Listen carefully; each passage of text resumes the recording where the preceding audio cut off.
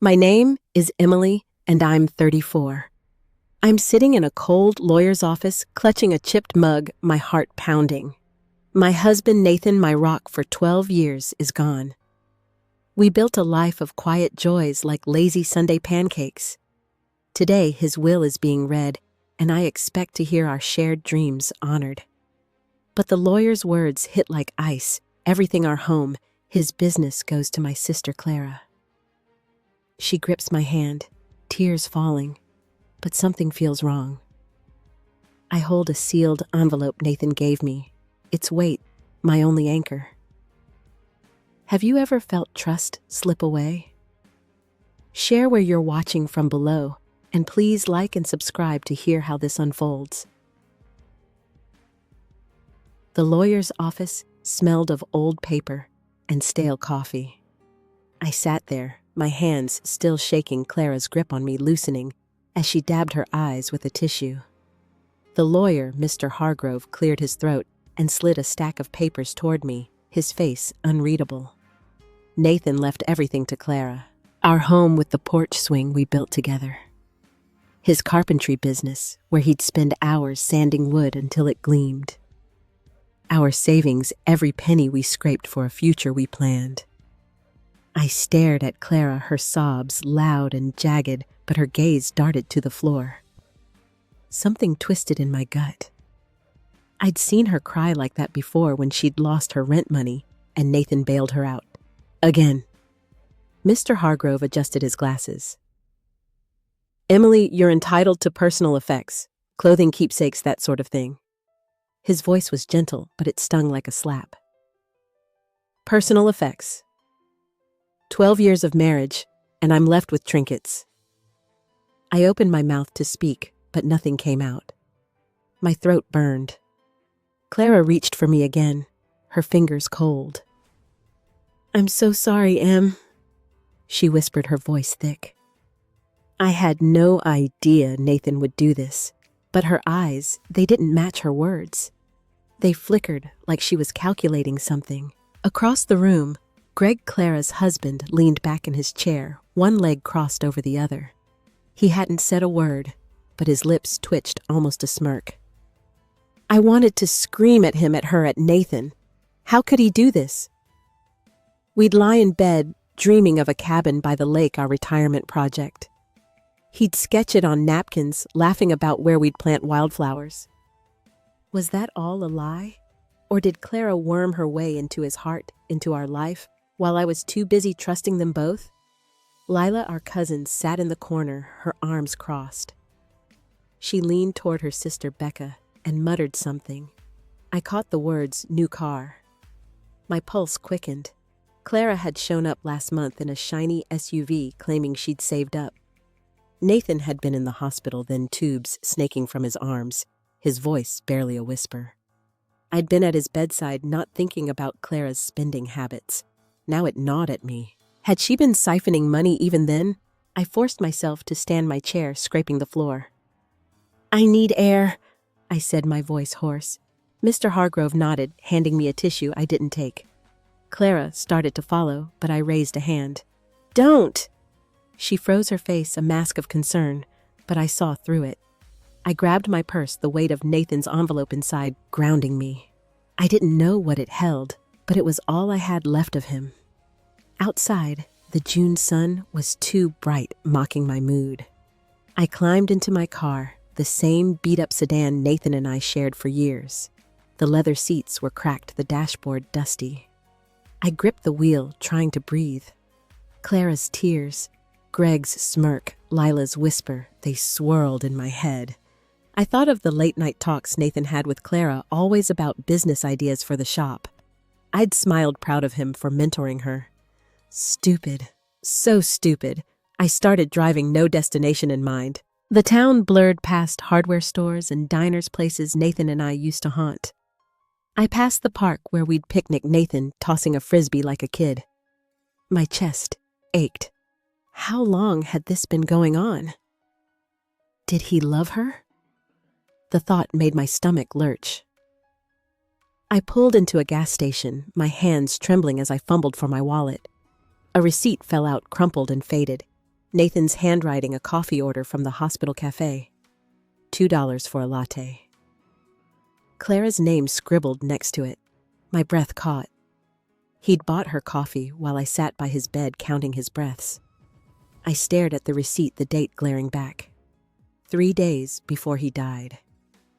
I crumpled it in my fist, tears pricking my eyes. The envelope in my purse felt heavier now, like it held answers I wasn't ready for. I wanted to rip it open, but fear stopped me. What if it confirmed the worst? What if Nathan's love was never mine? I shoved the receipt back into my purse and drove to the edge of town, where the road dipped into a quiet stretch lined with pine trees. My hands wouldn't stop shaking, and the car felt too small, like it was closing in.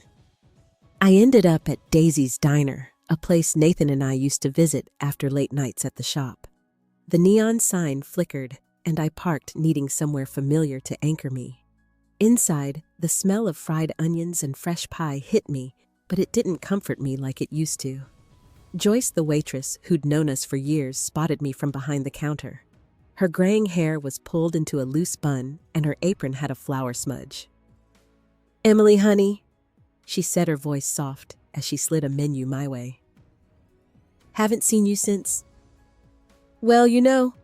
How you holding up?" Her eyes were kind, searching, and I felt my defenses crack. I mumbled something about being fine, but my voice wobbled. She didn't push, just poured me coffee, the mug warm against my palms. I sat in a corner booth, staring at the steam rising from the cup. My mind churned. Clara's new car. Greg's smug face, the way Mr. Hargrove's words had sliced through me. I kept seeing Nathan's smile, the one he'd flash when he'd finish a table or fix a wobbly chair. Had he been planning this with Clara all along? I thought of the times she'd drop by the house, always with some excuse, a recipe to share, or a question about the business. I'd welcomed her, made her tea, laughed at her stories. Now every memory felt tainted, like I'd been played. Joyce came by with a slice of pecan pie I hadn't ordered. "On the house," she said, patting my shoulder.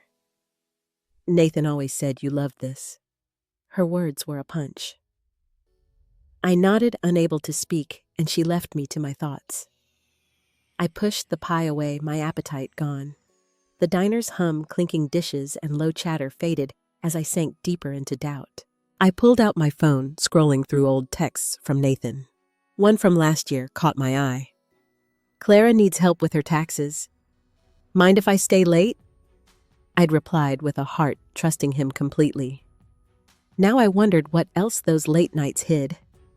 A couple at the next table laughed, their hands intertwined. I envied their ease, their trust. My marriage felt like a house of cards collapsing with every new question. I thought of Clara's apartment, how she'd always complain about rent, yet Nathan never pressed her to repay the loans. I'd assumed he was just generous, but what if it was more? What if she'd manipulated him, preyed on his kindness? The thought made my skin crawl, but I couldn't shake it. I stood, needing to move, and headed to the restroom. The mirror showed a stranger eyes, puffy face, pale. I splashed water on my cheeks, but it didn't wash away the ache. As I dried my hands, I overheard 2 women at a nearby table. "Clara's been bragging about some big inheritance," one said, her voice low. "Said she's moving to a fancy place soon." My heart stopped. I leaned closer, hidden by the wall. "Yeah," the other replied. "But it's weird, right? Her sister's husband dies, and she's already planning a new life." I felt sick. Clara hadn't wasted a second. I slipped back to my booth, my mind racing. The envelope in my purse seemed to pulse, its contents a mystery I wasn't ready to face. I paid for the coffee, leaving the pie untouched, and thanked Joyce. She hugged me, her embrace warm but fleeting.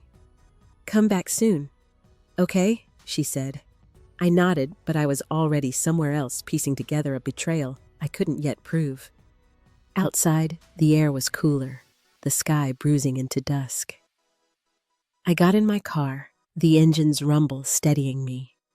Clara's tears, her hand on mine, they were all an act.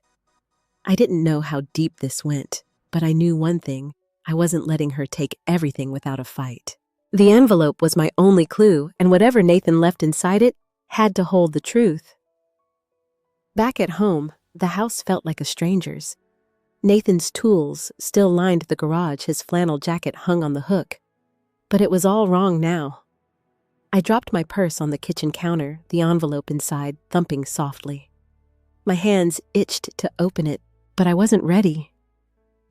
Not yet. Instead, I headed to Nathan's office, a cramped room off the hallway where he kept his books. If Clara had been scheming, there'd be proof somewhere. The desk was a mess, papers spilling from drawers, receipts pinned under a half-finished birdhouse. I started digging, my heart pounding like I was trespassing. Bank statements caught my eye, tucked in a folder labeled "Shop Expenses." I flipped through them, my breath catching. Monthly transfers, thousands of dollars wired to Clara's account. Some dated back 2 years, long before Nathan got sick. My stomach churned. He'd been funneling money to her while we pinched pennies for the mortgage. I sank into his chair, the statements trembling in my hands. How had I missed this? I remembered Clara's visits, her sob stories about late bills or car repairs. Nathan would nod, write a check, and I'd smile, thinking we were helping family. But this wasn't help. This was theft, planned and deliberate. I pictured them laughing behind my back, Clara batting her eyes while Nathan signed away our future. My chest tightened, anger mixing with a grief I couldn't name. The phone rang, snapping me out of it. Clara's name flashed on the screen. I almost ignored it, but something made me answer. Hi, she said, her voice all sugar. I was thinking, since the house is mine now, I could help you pack. Maybe tomorrow? I don't want this to be harder than it needs to be. Her words dripped with fake concern, but there was an edge, like she was daring me to argue. Help me pack? I said, my voice low, shaking. You think I'm just going to roll over and let you take everything? She sighed like I was being difficult. Emily, it's what Nathan wanted. I'm just trying to make this easy for you. Easy, I snapped. You're sitting on our life's work, Clara. You don't get to play saint. There was a pause, then her tone shifted colder. Don't make this ugly. You'll regret it. She hung up, and I stared at the phone, my pulse racing. Her threat hung in the air, real and sharp. She wasn't just taking the house. She was rewriting our story, painting me as the outsider. I went back to the desk, desperate for more answers. In the bottom drawer, I found a small journal, leather-bound with a tiny lock. No key. I tugged at it, but it wouldn't budge. Nathan never kept a diary, or so I thought. What was he hiding? I set it aside, my hands shaking too much to keep searching. The transfers, Clara's call, the locked journal, they were pieces of a puzzle I didn't want to solve. But I had to. The doorbell rang, and I froze, half expecting Clara to barge in. Instead, it was Tessa, our neighbor, holding a casserole dish. Her curly hair was tied back, her eyes soft with worry. I heard about the will, she said, stepping inside. I'm so sorry, Emily. She set the dish down, hesitating. Look, I didn't want to say anything before, but I saw Clara and Nathan last summer at the bar in that hotel off Route 12. They were close, too close. Her words hit like a brick. I pictured Nathan's laugh, the way he'd lean in when he told a story. Had he leaned in with Clara like that? My throat burned, and I managed a nod. Thanks for telling me, I said, my voice barely audible. Tessa hugged me, but it didn't help. As she left, the house felt emptier, the truth closing in like a storm. I stood in the kitchen, Tessa's casserole cold on the counter, her words about Nathan and Clara echoing like a bad song. My hands curled into fists, nails digging into my palms. I wanted to call her back demand details, but the weight of it all pinned me in place. Instead, I wandered to the living room where family photos lined the mantel. Nathan and me at the county fair, his arm around my waist. Clara in the background smiling. Always there, always too close. The phone buzzed again, a text from Lila family dinner at Aunt June's tonight. You coming? I hadn't seen June, our mother's sister, since Nathan's funeral. The idea of facing family, their pity, or worse, their questions, made my skin crawl. But staying here alone with my thoughts was worse. I grabbed my keys and drove to June's house, the streets dark and slick from an earlier rain. June's dining room was crowded, the table groaning with pot roast and mashed potatoes. Lila greeted me with a hug, but the others' cousins and in-laws offered tight smiles. Clara was already there, perched next to Greg, her laugh grating as she passed the gravy. I took a seat across from her, my stomach nodding. June, her hair streaked with gray, patted my hand. You're strong, Emily, she said softly. But her eyes slid to Clara, and I saw doubt. Halfway through dinner, Lila couldn't hold back. She slammed her fork down, glaring at Clara. How do you sleep at night? She said loud enough for the room to freeze. Nathan's barely gone, and you're cashing in on his will like it's a lottery. Gasps rippled around the table. Clara's face flushed, but she recovered fast, her eyes welling up. That's unfair, she said, voice trembling. Nathan trusted me with the business. I'm honoring him. I wanted to back Lila up, but my throat locked. Greg leaned forward, his voice smooth. Let's not do this here. Emily's just upset. Understandable. His condescension burned. I gripped my glass, the water trembling. Then Diane, Clara's mother-in-law, spoke up from the end of the table. Some people can't handle loss gracefully, she said, her gaze locked on me. Clara's doing what's right. You should let it go, Emily. The room spun. Let it go? My home, my life stolen, and I'm the one who's wrong. I looked around, seeing cousins avert their eyes, June stirring her tea too fast. Only Lila met my gaze, her jaw tight. Clara reached across the table, her voice soft. I know this hurts, but fighting won't bring Nathan back. Her words were a blade twisting. She was painting me as unhinged, and they were buying it. I stood my chair, scraping. I need to go, I said, my voice barely steady. Lila started to follow, but I shook my head. I couldn't handle more pity. Outside, the air was damp, the stars hidden by clouds. I got in my car, my hands shaking so hard I could barely start it. As I pulled away, I glanced back. Clara stood in the doorway watching me, her silhouette sharp against the warm light. Then I saw it glinting on her wrist. Nathan's watch, the one I'd saved months to buy him, its leather strap worn from years of love. Rage surged hot and blinding. That watch was mine, ours, a piece of our story. She'd taken it just like she'd taken everything else. I slammed my fist against the steering wheel, tears streaming down my face. The envelope waited in my purse, its secrets, my only hope.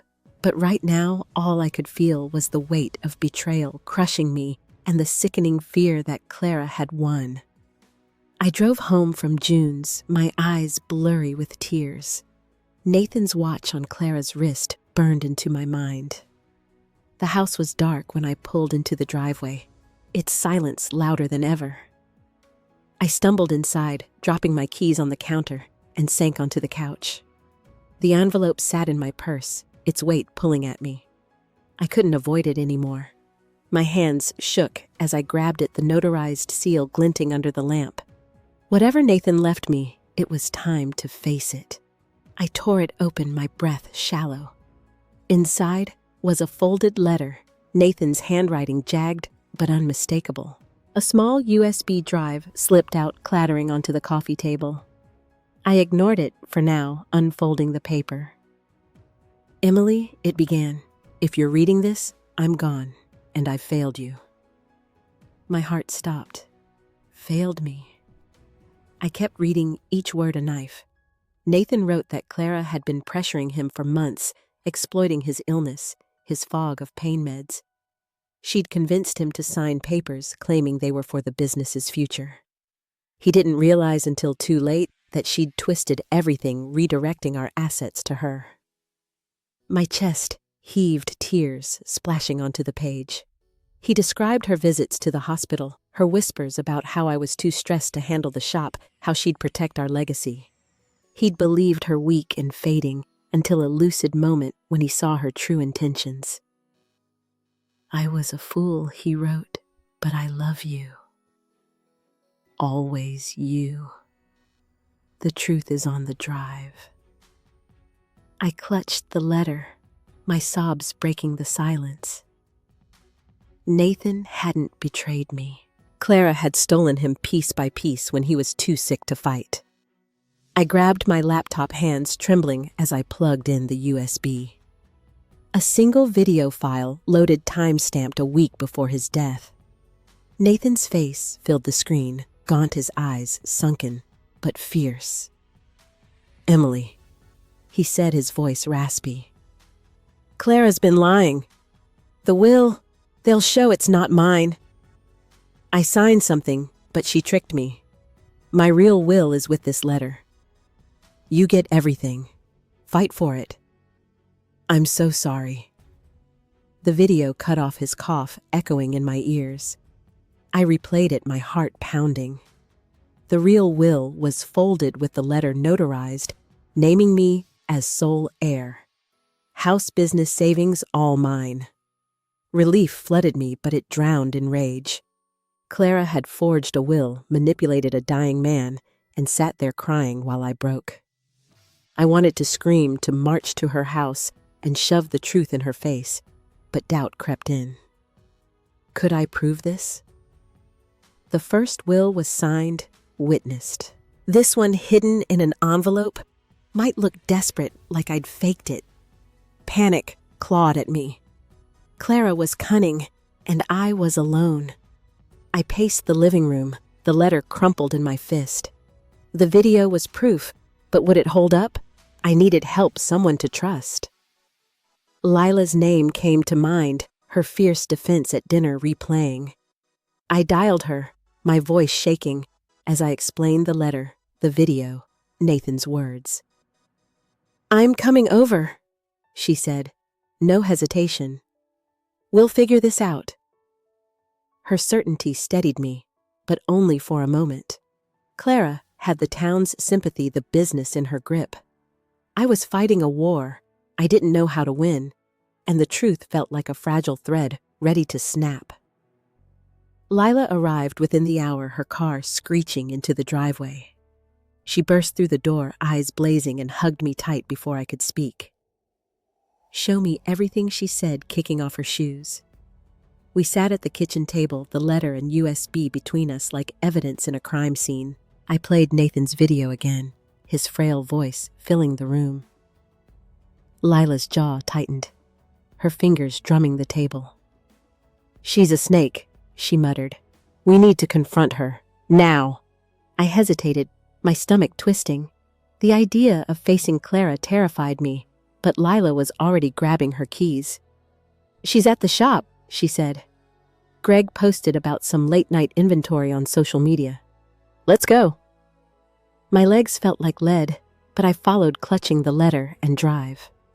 The night air was thick, the town quiet as we drove to Nathan's carpentry shop, its sign glowing faintly. Inside, the smell of sawdust hit me, a cruel reminder of Nathan's hands shaping wood.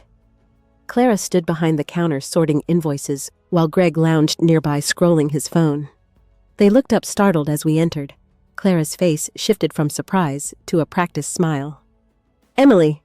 "Lila, what's this about?" she asked, her tone light, like we'd dropped by for coffee. I held up the letter, my hand trembling, but my voice steady. "Nathan left me the truth," I said. "Your will's a lie.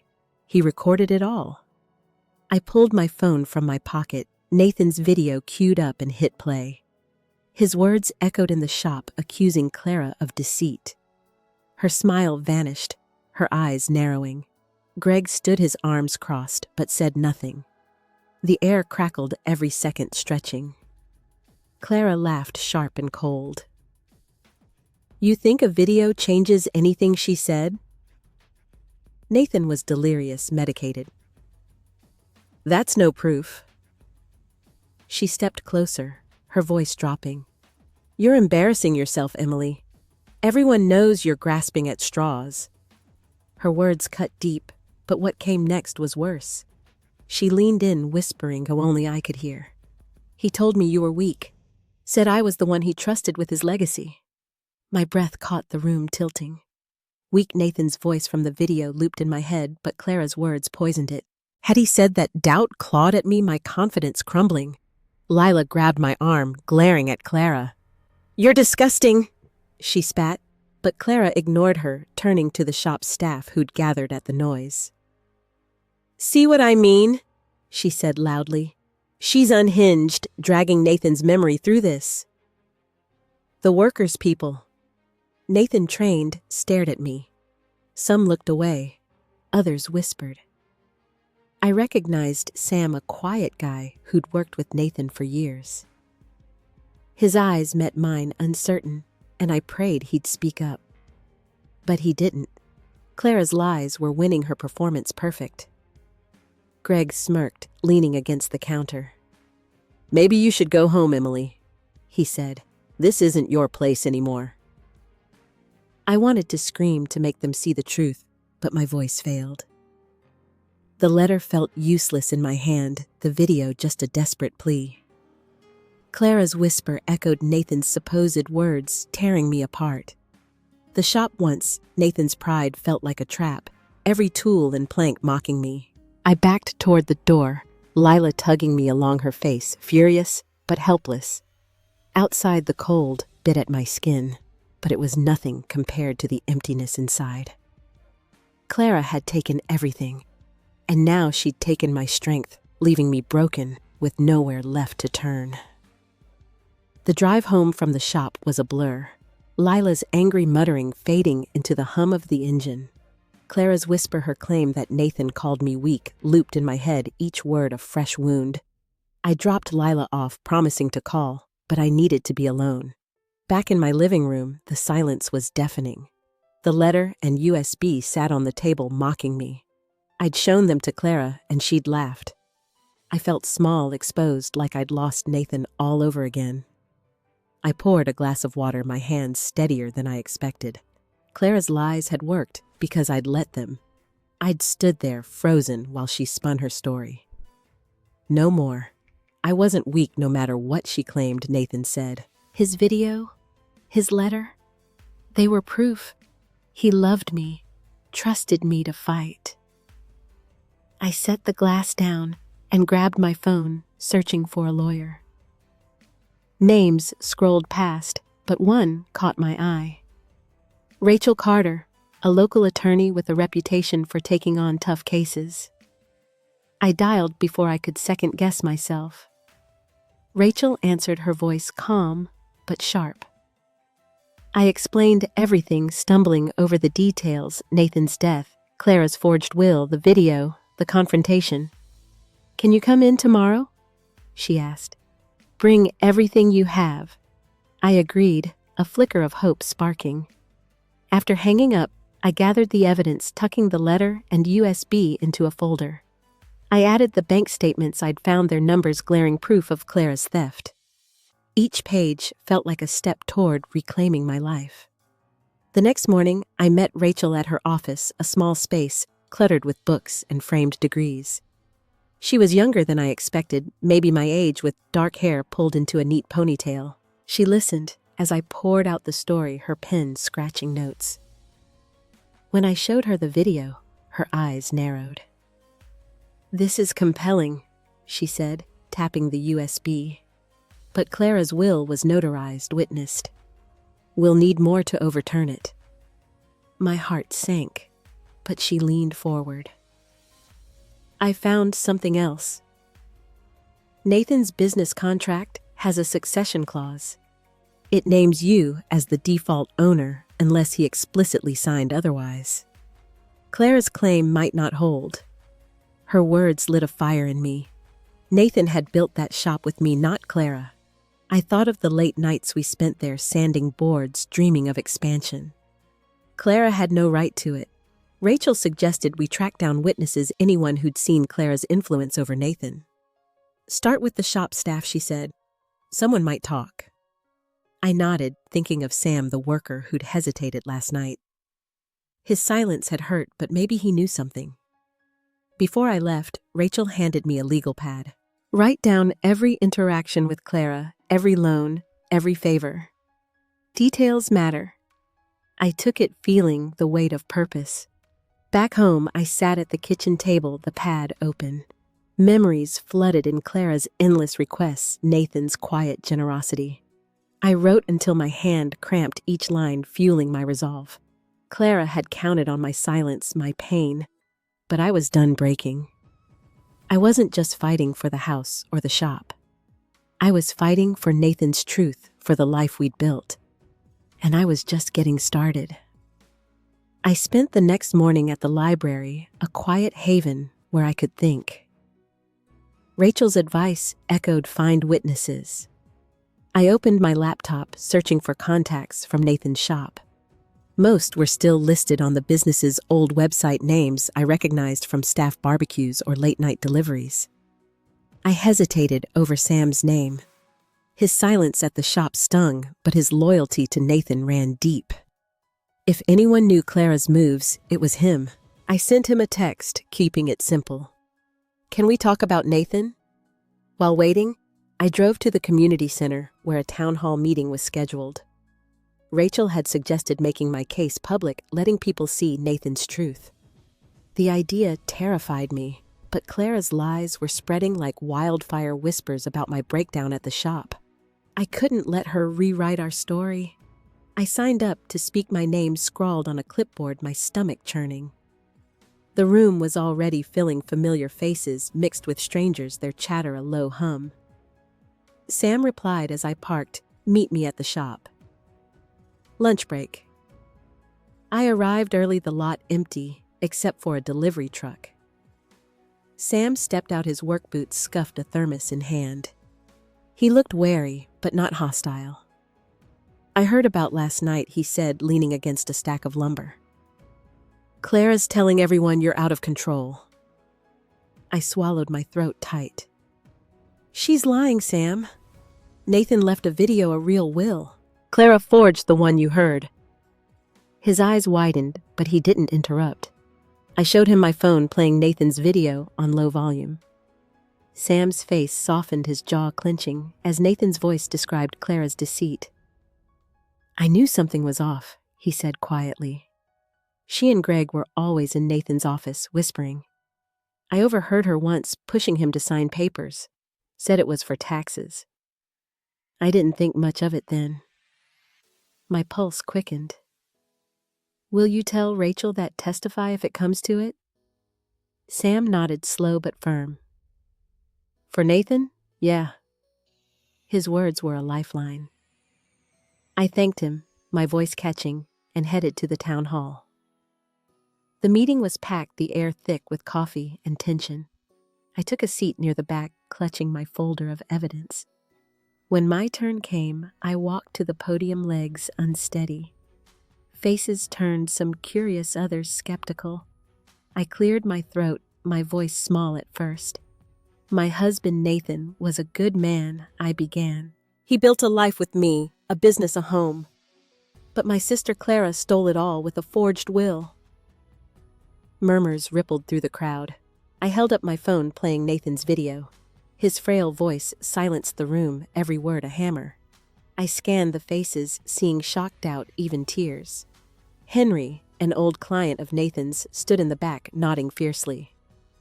"That's Nathan's truth," he called out, his voice carrying. My chest swelled, strength I hadn't felt in weeks rising. Clara wasn't here, but her allies were, and I saw them shift uncomfortably. I stepped down, my hands trembling but my head high. People approached, offering support, their words a blur. Henry clapped my shoulder. "Nathan would be proud," he said. I nodded too, choked up to reply. Back home, I sat on the porch, the folder beside me. The stars were out, sharp and clear. I didn't have everything back yet, but I'd taken the first real step. Clara's lies were cracking, and for the first time, I felt Nathan's love, not as pain, but as power. I closed my eyes, letting the quiet hold me, knowing I was ready for whatever came next. The morning after the town hall, my phone buzzed, nonstop texts and voicemails piling up. I sat at the kitchen counter, a cold cup of tea in hand, too drained to answer. My speech, Nathan's video, had rippled through town like a stone in a pond. Some messages were kind neighbors offering support, but others were sharp, accusing me of dragging family drama into public. I deleted those, my jaw tight. I'd expected backlash, but the sting was fresh like salt on a cut. Rachel called, her voice brisk. "The video's making waves, Emily. Clara's lawyer reached out, wants to meet. They're rattled." I nodded, though she couldn't see me, a flicker of satisfaction warming my chest. Clara hadn't expected me to fight, not like this. I agreed to meet Rachel at the courthouse later, where we'd start building the case formally. She warned me it'd be a slog, depositions and paperwork, but I felt ready, or at least I told myself I was. I headed to the shop, needing to see it, to feel Nathan's presence. The parking lot was quiet, the morning sun glinting off the windows. Inside, a few workers milled about, their chatter dying when they saw me. Sam approached, his face serious. "People are talking," he said, wiping sawdust from his hands. "Some believe you. Others think Clara's the victim." He paused, then added, "I'm sticking by you. Got a call from another guy, Pete. He's got stories about Clara's meetings with Nathan. I'll set you up with him." His support steadied me, but the workers' wary glances didn't. I walked through the shop, touching a workbench Nathan had built. Clara's name was on the lease now, her touch everywhere, from new paint on the walls to a sleek computer at the front. It felt like she'd erased him. My throat tightened, but I pushed it down. I wasn't here to mourn. I was here to reclaim. Back home, I found a note slipped under my door, no signature. "Back off, or you'll lose more than a house." My pulse spiked, but I tucked it into my folder for Rachel. Clara's threats were getting bolder, or maybe Greg's. Either way, it meant I'd hit a nerve. I called Lila, updating her on the note. She cursed, promising to dig into Clara's past. "She's got skeletons," Lila said. "I'll find them." Her fire was contagious, but it didn't ease the knot in my chest. By afternoon, I was at the courthouse, a gray building that smelled of polish and old wood. Rachel met me in a small office, spreading documents across a table. She showed me Nathan's real will, its notarized seal crisp, and the video transcript, every word typed out. "We're filing a motion to contest the first will," she said. "Sam's testimony helps, and Pete's could seal it." I nodded, but my eyes caught on a photo in her file, Nathan at a trade show, Clara beside him, her hand on his arm. My stomach twisted. Even now, her shadow lingered. As we wrapped up, a clerk knocked, saying someone was outside. I stepped into the hall, and there was Diane, Clara's mother-in-law, her face a mask of disdain. "You're making a fool of yourself," she said, voice low. "Clara's grieving, and you're tearing her down. For what?" "A dead man's scraps." Her words landed like blows, but it was her next line that stopped me cold. "Nathan chose her? Accept it." She turned and left, her heels clicking, leaving me frozen, the air thick with her venom, my resolve wavering under the weight of her certainty. Diane's words clung to me as I left the courthouse, her claim that Nathan chose Clara echoing like a cruel refrain. I drove in silence, the town's lights blurring past. At home, I found a voicemail from Joyce, the diner waitress. "Emily, people are talking after your speech," she said, her voice warm but cautious. "Some are on your side, but Clara's spreading stories. Come by if you need to talk." I deleted it, not ready for more voices, more judgments. My fight was public now, and it was tearing me open. The next day, court began. Rachel presented Nathan's video, his voice steady despite his frail frame. Sam took the stand, recounting Clara's secretive meetings with Nathan, his testimony clear and unflinching. I watched the jurors, their faces a mix of curiosity and doubt. Clara sat across the room, her expression soft eyes glistening. She was good playing the grieving sister, her lawyer patting her hand. My stomach turned, but I kept my gaze forward. Pete, another shop worker, testified next, describing Clara's pushy demeanor, how she'd linger in Nathan's office, papers in hand. "She'd talk about securing the future," he said, but Nathan looked uneasy. His words bolstered our case, but Clara's lawyer was quick twisting Pete's story, suggesting he was disgruntled, unreliable. The jurors shifted, some scribbling, others staring blankly. I gripped my chair, willing them to see the truth, but doubt gnawed at me. What if they believed her tears? During a break, I stepped outside, needing air. Henry, Nathan's old client, found me by the steps. "You're doing right," he said, his voice gruff. "But Clara's got people fooled. Stay sharp." His support was solid, but the weight of the town's divided loyalties pressed down. Back inside, Rachel whispered that a juror had recognized Clara from a past scam, a small win, but not enough. The trial dragged on, each day a battle of words and glances. Clara's calm facade never cracking. That evening, I stopped by the diner, craving something normal. Joyce slid a plate of fries my way, her smile gentle. "You look tired," she said. I nodded, picking at the food. A man at the counter, someone I vaguely knew from church, turned. "Heard about your case," he said, loud enough for others to hear. "Sounds like a mess. Nathan wouldn't want this, you know." His tone wasn't cruel, but it cut.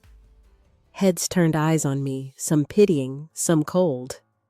I froze the fries, untouched, my face burning.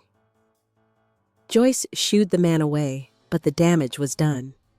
I paid and left the diner's warmth souring behind me. At home, I sat on the couch, the folder of evidence untouched.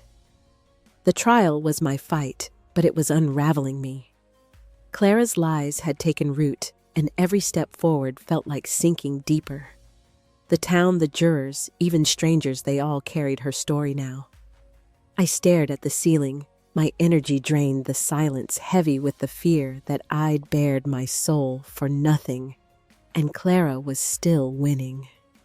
The trial left me hollow, but the verdict came like a quiet dawn. The judge ruled in my favor, Nathan's true will upheld. The house, the shop, our savings, they were mine again. I moved back in the familiar creak of the floorboards, a small comfort. Boxes of Nathan's things sat in the living room untouched for weeks. Today, I faced them. I opened one, finding a stack of old sketchbooks, his pencil lines tracing tables and chairs, dreams we'd shared over late-night coffee. I carried a sketchbook to the backyard where the grass was overgrown, wildflowers poking through. The air smelled of earth, the morning soft and cool. I sat on a rickety lawn chair, flipping through pages. One sketch stopped me, a rough outline of a rocking chair, labeled, "For Emily." My throat tightened, but not with pain. It was love etched in every line, proof Nathan had seen a future with me, even at the end. I set the book down and started sorting other boxes, pulling out shirts and books. A small wooden box caught my eye, its lid carved with a simple leaf pattern. Inside were letters, not from Nathan, but from me. Notes I'd written him early in our marriage. I'd forgotten them silly love notes tucked in his lunch or left on his pillow. I read one, my younger voice spilling out, teasing him about his terrible singing. A smile tugged at my lips, bittersweet, but real. The doorbell rang, and I found Lila on the porch, a paint roller in hand. "Thought you could use help fixing this place up," she said, her grin wide. We started on the kitchen, slapping pale blue paint on the walls, the kind Nathan always liked. Lila chattered about her new job, her words filling the space with life. I didn't talk much, but I felt lighter, the act of painting smoothing something jagged inside me. As we worked, I thought about Clara. She'd left town, her reputation frayed, Greg trailing behind her. I didn't hate her, not anymore. She'd taken so much, but she couldn't touch what Nathan and I had built. Not really. I dipped my roller, the paint gliding smooth. The house was mine again, but more than that, I was mine. The woman who'd crumbled in that lawyer's office was gone, replaced by someone who'd fought and won not just for a house, but for truth. We finished the first wall, stepping back to admire it. Lila nudged me, paint smudged on her cheek. "Looks good, right?" I nodded, the blue catching the light. It wasn't perfect, but it was a start. I glanced at the sketchbook on the counter, the rocking chair sketch peeking out. For the first time in months, I felt steady, like I could breathe without breaking. The world was still out there, noisy and sharp, but here in this moment, I was whole. Lila left, as the sun dipped low, her laughter lingering in the freshly painted kitchen. I cleaned the rollers alone, the quiet settling like dust. The shop was next on my list, a weight I'd carried too long. I drove there in the evening, the town hushed, streetlights casting soft pools of light. The sign read, "Nathan's Carpentry Unchanged, despite Clara's brief reign." I unlocked the door, the familiar creak welcoming me. Inside, the air was cool, smelling of pine and varnish, a place where Nathan's hands had left their mark. I wandered past rows of tools, my fingers brushing a lathe he'd loved. Sam had agreed to partner with me a new chapter for the business. We'd planned a memorial bench for Nathan, something to give back to the town. I found a sketch pad on the counter, Sam's neat lines outlining the bench, simple but sturdy. I added a small note in the margin, suggesting a carved inscription, Nathan's initials tucked into the wood.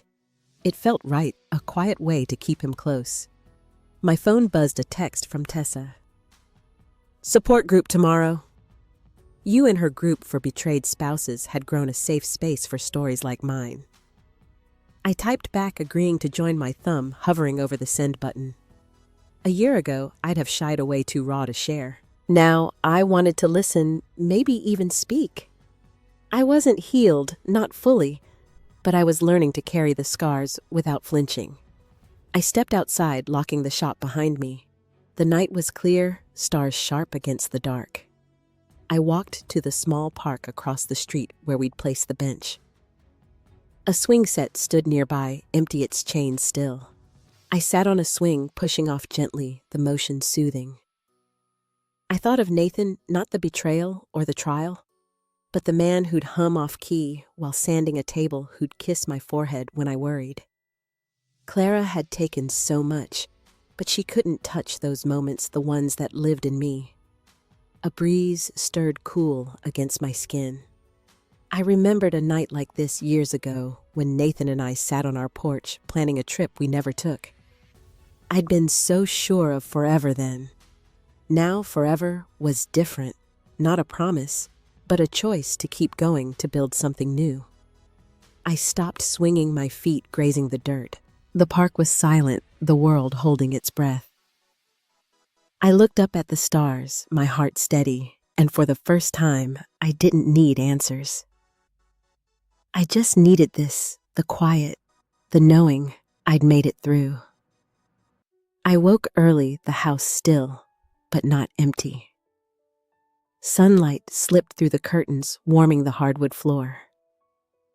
I made coffee, the slow drip of the machine, a steady rhythm. Months had passed since the trial, and the chaos of those days felt distant, like a story I'd heard but hadn't lived. I carried my mug to the back porch, where a small garden was taking shape. I'd started planting herbs, basil and thyme, their green tips pushing through the soil. It was work I'd never done before, but the dirt under my nails felt honest. The shop was thriving again. Sam and I had hired 2 new carpenters, young guys with quick hands and good hearts. We'd finished Nathan's memorial bench, placing it in the park under an oak tree. Kids climbed on it now, their laughter mixing with the rustle of leaves. I'd carved the final touch myself, a tiny heart with Nathan's initials hidden under the armrest. It wasn't for show, just for me, a quiet nod to what we'd had. I sipped my coffee, the bitterness grounding. My days had a rhythm now, mornings at the shop, afternoons, tending the garden, or meeting Tessa's group. I'd started sharing my story there, not all at once, but in pieces. The women listened, their nods and quiet tears building something new in me. I wasn't the only one who'd lost trust, who'd had to rebuild from ashes. Their stories, raw and real, showed me I wasn't alone, and that changed everything. Lila dropped by later, her arms full of groceries. We cooked dinner, simple pasta with sauce from a jar, the kitchen filled with steam and her easy chatter. She'd moved closer to town, her life settling too. We ate on the porch, plates balanced on our knees, the evening cool. She talked about a trip she was planning, her eyes bright. I listened, content to let her voice carry the moment. The garden stretched out before us, small, but alive, proof that things could grow again. I thought about the woman I'd been, the one who sat in that lawyer's office, hands shaking, world crumbling. She was still part of me, but softer now, less sharp. I'd learned to live with the ache, to let it sit beside the good, without overtaking it.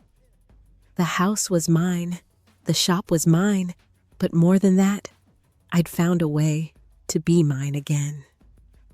I set my plate down, the clink soft against the wood. The air was still, the day folding into dusk, and for a moment, everything felt enough. After dinner, Lila headed home, and I stayed on the porch, the night folding around me. I pulled a blanket over my shoulders, the air crisp, carrying the faint hum of crickets. My thoughts drifted not to Clara or the trial, but to the small choices I'd made since. I'd started running in the mornings, slow loops around the park, my breath steadying with each step. It wasn't about speed, but about showing up, proving to myself I could keep moving, even when it hurt. I walked inside, grabbing a notebook from the counter. I'd begun jotting down ideas, not just for the shop, but for me. A woodworking class for kids, maybe, or a community garden. Small dreams, but mine rooted in the life I was building. I flipped to a blank page and wrote a single word: enough. That was the truth I'd found, not in winning the house or the shop, but in learning I was enough with or without Nathan, with or without anyone's approval. The lesson wasn't loud or grand. It was quiet, like the way dawn creeps in. Trust breaks sometimes in ways that cut deep, but it doesn't end you. You rebuild not by erasing the cracks, but by filling them with something stronger yourself. I'd spent months fighting Clara, fighting the town's whispers, but the real fight was inside, choosing to believe I could stand tall again. That's what I'd share at Tessa's group next week. Not just my story, but the truth that pain shapes you, and so does the courage to keep going. I closed the notebook, my fingers tracing its worn cover. The stars outside were bright, each one a small light in the vast dark. I didn't need to carry Nathan's loss like a weight anymore. I could hold it like a memory, part of me, but not all of me. The woman I was now, she was enough, and that was freedom, the kind no one could take. What moment made you realize you were enough? Share it below. Your story matters. If this touched you, please like and subscribe to hear more journeys of healing. Share it with someone who needs it, because we all carry cracks, and we all find light. Thank you for listening, for being here.